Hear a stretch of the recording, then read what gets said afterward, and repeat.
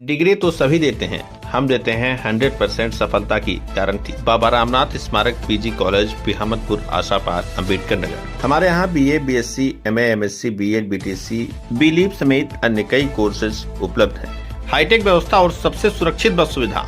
अब पैसा भी पढ़ाई में नहीं बनेगा बाधा। पाएं 100% स्कॉलरशिप की गारंटी, साथ ही 100% परिणाम का अटूट भरोसा। सीटें सीमित हैं। स्क्रीन पर दिख रहे नंबरों पर आज ही कॉल करें। आपका भविष्य हमारी जिम्मेदारी।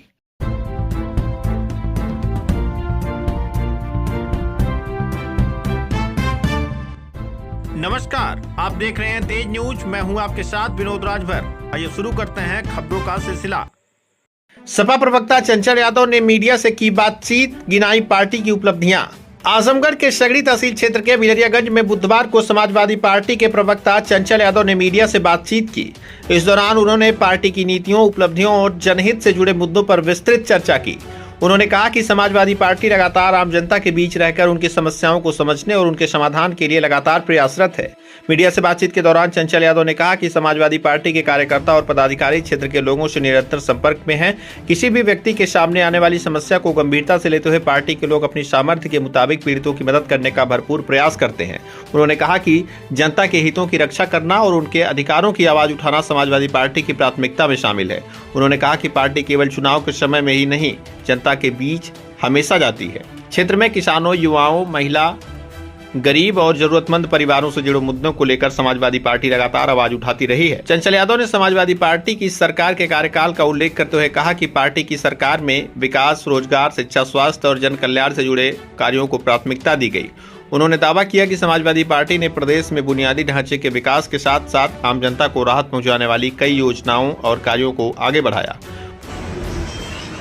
देखिए, हम लोग लगातार इस प्रयास में हैं कि 2027 में प्रचंड बहुमत की सरकार बने और माननीय राष्ट्रीय अध्यक्ष मुख्यमंत्री बने, क्योंकि ये लड़ाई केवल किसी के व्यक्तिगत लड़ाई नहीं है। ये लड़ाई हमारी और आपकी लड़ाई केवल अकेले नहीं है। ये लड़ाई हमारे आने वाली पीढ़ियों की भी लड़ाई है। कैसे हमारी आने वाली पीढ़ियों का भविष्य सुरक्षित हो, ये चुनाव उनके भविष्य का भी है। और मैं आपसे कहना चाहता हूं कि माननीय राष्ट्रीय अध्यक्ष जी का जो भी दिशा निर्देश होगा, हम सब लोग ये मान के चल रहे हैं कि हर एक सीट पे माननीय राष्ट्रीय अध्यक्ष जी चुनाव लड़ रहे हैं। माननीय राष्ट्रीय अध्यक्ष जी को मुख्यमंत्री बनाने का चुनाव है। ये हम सब लोग मान करके जो है चुनाव लड़ने का काम कर रहे हैं। और पिछले 5 साल से अगर हम बात करें तो मैं लगातार लोगों का, हर समाज, हर वर्ग, आप जैसा कि जानते होंगे, कोई गरीब दुखिया जो लखनऊ नहीं पहुंच सकता है, उसका भी हम लोग जो है उसको स्वास्थ्य विभाग में इलाज करवाने का काम करते हैं, उनकी मदद करने का काम करते हैं। एक सुख दुख में हमेशा बराबर लगे रहने का काम करते हैं। मैं तो, आपने देखा होगा, तमाम मेरी फेसबुक पोस्ट देखा होगा, चाहे मैं यहाँ रहूँ चाहे लखनऊ रहूँ, हमेशा जनता के बीच में रहता हूँ। मेरे आप सोशल मीडिया प्लेटफॉर्म्स हैं, इंस्टा है, ट्विटर है, सब प्रतिदिन अगर आप चेक कर लेंगे तो 4 से 5 कार्यक्रम मेरा पर डे रहता है। लोगों के बीच में लगातार चलने का रहता है, लोगों से मिलने का रहता है, लोगों के सुख दुख में खड़े होने का रहता है। तो ऐसा नहीं कि कल चुनाव में हम लोग लगे हुए हैं, हम लोग लगातार लगे हुए हैं, क्योंकि ये चुनाव बहुत महत्वपूर्ण है। ये चुनाव आसान नहीं है। चुनाव मतलब केवल एक हमारे और आपके भविष्य का चुनाव नहीं, मैंने कहा अगली पीढ़ी का भी चुनाव है। वर्तमान समय में आपने देखा जिस तरीके से सरकार जातिवादी मानसिकता से ग्रसित होकर के पूरे प्रदेश में भ्रष्टाचार बढ़ गया है। जातिगत आधार पर भेदभावपूर्ण व्यवहार जो सरकार करने में नंबर 1 है। जातिगत आधार पर भेदभाव बहुत तेजी से बढ़ा है। और आप वहीं पे देखिए कि हम बात करें, चाहे महिला उत्पीड़न में उत्तर प्रदेश नंबर 1 है, पुलिस का शेड्यूल में डेथ में नंबर 1 है। और आज के समय में अगर आप देखिए, पूरे उत्तर प्रदेश का नौजवान पूरी तरीके से सशंकित है कि आने वाले समय में रोजगार कैसे मिलेगा, हमारे बच्चों की पढ़ाई कैसे होगी। मैं भी देवरांचल में कल गया था। आप सोचो कि जो बाढ़ पीड़ित हमारा जो इलाका है, आप देवारे में गए, आप देवारे की बात करते हैं, देवरांचल एरिया की, वहाँ पर हर साल बाढ़ आती है। हर साल आपके ही विधायक लगातार कई 15 वर्षों से यहाँ पर हैं, ठीक है। 10 साल से हमारे 10 साल से विधायक आपके हैं वर्तमान, और वर्तमान विधायक, पूर्व विधायक दिग्वंतन मंत्री भी रहे हैं वसीम अहमद जी। लेकिन आपने देवारे का कई कुल है, उस पर कार्य करने का, आपकी इसकी पहले सरकार भी रही है, क्यों नहीं ये चीज हो पा रही? देखिए, समाजवादी लोगों ने लगातार काम किया है और गोपालपुर विधानसभा से लेकर आजमगढ़ तक एक एक ईंट पर समाजवादियों का नाम लिखा हुआ है। एक कोई काम भारतीय जनता पार्टी के लोग नहीं बता पाते कि हमने कोई बड़ा काम किया है। चाहे आपका पीजीआई का काम हो, चाहे एयरपोर्ट का काम हो, चाहे अपना नहीं, आप देवरांचल पे सिर्फ बात करें। मैं देवरांचल की बात कर रहा हूँ। कितने पुल पुलिया, कितने रोडों का जाल, सब समाजवादी लोगों की देन है। आपको याद होगा जब आग लग जाती थी देवरांचल में, पूरा का पूरा सैकड़ों एकड़ जमीनें जो है जल जाती थी गर्मी के महीने में, तो आजमगढ़ से फायर ब्रिगेड की गाड़ियां नहीं पहुंच पाती थी। आज आपने हमारी सरकार आई तो महाराजगंज नगर पंचायत में देवरांचल के बिल्कुल करीब में फायर स्टेशन का केंद्र बनाने का काम हुआ। इस तरीके से तमाम बिजली का काम हो, विद्युत उपकेंद्र का काम हो, तमाम हमारे जो पीएचसी का काम हो, हमारे प्राथमिक स्वास्थ्य केंद्र का काम हो, काम हुए। लेकिन आज के समय में अगर आप देखो, देवरांचल में कल गया था कुड़ई ग्राम पंचायत के पास में आयुष्मान आरोग्य केंद्र बना हुआ है। मैं आपको बताऊं कि नाम लिखा हुआ है, बड़ी बड़ी पट्टियां बनी हुई है, पेंटिंग हुई है, लेकिन उस बिल्डिंग के अंदर झाड़ झंखाड़ हो गई है। सर एक सवाल और है आपसे कि देवरांचल में कई वर्षों से, चाहे 10-15 सालों से देवरांचल के अंदर कोई एक सरकारी डिग्री के कॉलेज नहीं है। अगर आपकी सरकार आती है तो क्या वहाँ सरकारी डिग्री कॉलेज बनाने का काम करेंगे? मैं सच में आपका दिल से धन्यवाद करता हूँ, आपने इतना महत्वपूर्ण सवाल किया है। निश्चित तौर से ये पीड़ा हम सबके मन में है कि आने वाले समय में जब हमारी सरकार बनेगी तो राजकीय डिग्री कॉलेज, राजकीय इंटर कॉलेज और कोएड कॉलेज भी बनाने का काम होगा वहां पे। मैं जरूर कहता हूं कि अस्पताल जो हमारा, हम लोग का पूरा प्रयास है। मैं आपसे ये भी बात कह देता हूं कि जब भी सरकार बनेगी माननीय राष्ट्रपति जी से हम लोग रिक्वेस्ट करके बातें करके 100 बेड का अस्पताल भी बनाने का काम होगा, क्योंकि ऐसा कोई समय नहीं है देवरांचल में जब 2-4 लोगों की केवल सांप काटने से 2-4-10 लोगों की डेथ न होती हो। बेचारा देवरांचल का कोई व्यक्ति वहां सांप काटता है, बेचारा अस्पताल तक पहुंच ही नहीं पाता है।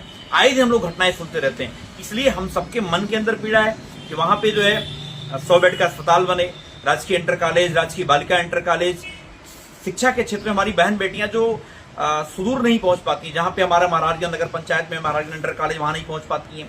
एक इंटर कॉलेज शिवपुर में है, उसके अलावा और भी हमारी तमाम समस्याएं हैं। निश्चित तौर से भारतीय जनता पार्टी अगर 10 साल में, जो 10 साल का कार्यकाल रहा, इन्होंने एक पैसे का भी काम नहीं किया। मैं आए दिन देख रहा हूं कि बीजेपी के नेता लगातार बयान दे रहे हैं, लेकिन बीजेपी के नेताओं से मैं कहना चाहता हूं कि जो समाजवादी पार्टी की सरकार में हमारी परशुरामपुर में तहसील प्रस्तावित हुई थी, जमीन का भी लगभग चिन्हित हो गया था परशुरामपुर में कहां बननी है, वो उसके बाद भी वो सरकार हमारी चली गई। लेकिन आप 10 साल से मुद्दा बना रहे हो लेकिन काम नहीं कर रहे हो। अब बताओ आपको कहां बैठा दिया है? सेंटर में आप हो, स्टेट में आप हो, आप कहां बैठ जाओ कि जो है वो हमारी तहसील बन जाए। देवरांचल का एक प्रमुख जो हमारी समस्या है, तहसील का भी समस्या है, उसकी भी हम लोग लगातार मांग उठा रहे हैं। जैसे ही समाजवादी पार्टी की सरकार बनेगी, विदिन 6 मंथ इस बात का भी नोटिफिकेशन होगा। आप देखेंगे हम लोग अपने राष्ट्रीय अध्यक्ष जी से बात करके देवरांचल के लिए काम करने का काम करेंगे। इससे पहले भी अगर आपने देखा, जब भी समाजवादी पार्टी को मौका मिला है, समाजवादी लोगों ने देवरांचल के लिए काम करके दिखाया है। धन्यवाद। एक चीज और है कि युवा अभ्यर्थियों के लगातार पेपर लीक हो रहा है, इस पर लगातार विपक्ष आवाज भी उठा रहा है, लेकिन सदन में अभी आप लोग बात भी नहीं कर रहे हैं और बाहर आके बोल रहे हैं कि सरकार सुन भी नहीं रही। उस पर क्या कहना चाहिए? सदन से कौन भाग रहा था? सदन से समाजवादी लोग और विपक्ष लगातार बीजेपी के आदरणीय अमित शाह जी को बुला रहा था और बीजेपी के लोगों को बुला रहा था कि कम से कम आओ सदन में बात हो। हम लोग लगातार, आपने देखा होगा हमारे सांसद माननीय धर्मेंद्र यादव जी ने जिस तरीके से जो पूरा मोर्चा खोल रखा था और जन जी के बीच में लगातार थे। पूरे हिंदुस्तान में समाजवादी पार्टी के सांसद थे जो लोगों के बीच में थे। उनके उस समय जब लाठियां पड़ रही थी, लोगों के ऊपर पैलेट गन चलाई जा रही थी, उस समय समाजवादी सांसद जनता के बीच में थे, लोगों के बीच में थे, जन जी के बीच में थे। और मैं बता दूं कि जिस देश का युवा सड़कों पर हो, अपने भविष्य को लेकर चिंतित हो, उस देश की सरकार गिने चुने दिन बचे हुए हैं। उत्तर प्रदेश में खासकर मैं बता दूं कि मुख्यमंत्री जिस मुगालते में न रहे, उत्तर प्रदेश का युवा आज के समय में इंतजार कर रहा है कब हमें ईवीएम के बटन दबाने का मौका मिले। तत्काल प्रभाव से हम 2027 में माननीय राष्ट्रपति को मुख्यमंत्री बनाएगा, क्योंकि उसको पता है कि न तो शिक्षा की व्यवस्था बदहाल है, चिकित्सा की व्यवस्था बदहाल है, महिलाएं जो है परेशान है, हमारा जो किसान लोग जिनकी आय दोगुनी करने की बात करते थे उनकी लागत दोगुनी होगी, तमाम समस्याएं। मैं बता दूं हम लोग इलाहाबाद विद्यालय पढ़ते थे, हमेशा भर्तियां चलती रहती थी। अकेले रेलवे डिपार्टमेंट में इस सरकार ने 6 लाख नौकरियां खाई हैं। जो हमारे नॉर्थन कंपनियां थी, भेल, गेल, सेल, सब में नौकरियां खाई हैं। इसलिए नौजवान जो है बहुत ही ज्यादा जो है अपने भविष्य को लेकर चिंतित है, किसान चिंतित है, महिलाएं चिंतित है, व्यापारी चिंतित है, पीड़ित समाज के लोग वंचित हैं, चिंतित हैं। वो सब लोग इंतजार कर रहे हैं अपने पीड़ित के जननायक माननीय राष्ट्रीय अध्यक्ष को मुख्यमंत्री बनाने के लिए। धन्यवाद।